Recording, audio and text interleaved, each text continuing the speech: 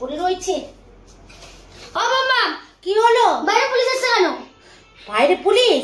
মালটা নিশ্চয়ই আমার নামে থানায় ডায়েরি করেছে, তার জন্যই এসছে, বুঝেছিস? চলো তো গিয়ে দেখি। কেন, কে ডায়েরি করেছে তোমার নামে? আরে আর বলিস না, আজকে তো আমি মাথা ফাটিয়ে এসেছি একজন, আর সেই মনে হয় ডায়েরি করেছে, তার জন্যই পুলিশ এসছে। মাথা ফাটিয়েছো কেন, কি করেছো? আরে আর বলিস না, আজকে কি হয়েছে, আমার সঙ্গে লাগতে এসেছে, দিয়েছি আদলা ইট ছুঁড়ে দিয়ে মাথা ফাটিয়ে দিয়েছি। ওরে বাবা, তোমার সাথে পাঙ্গা নিলে মনে হয় কেউ মারারি হয় না, তুমি করেছো তো কি?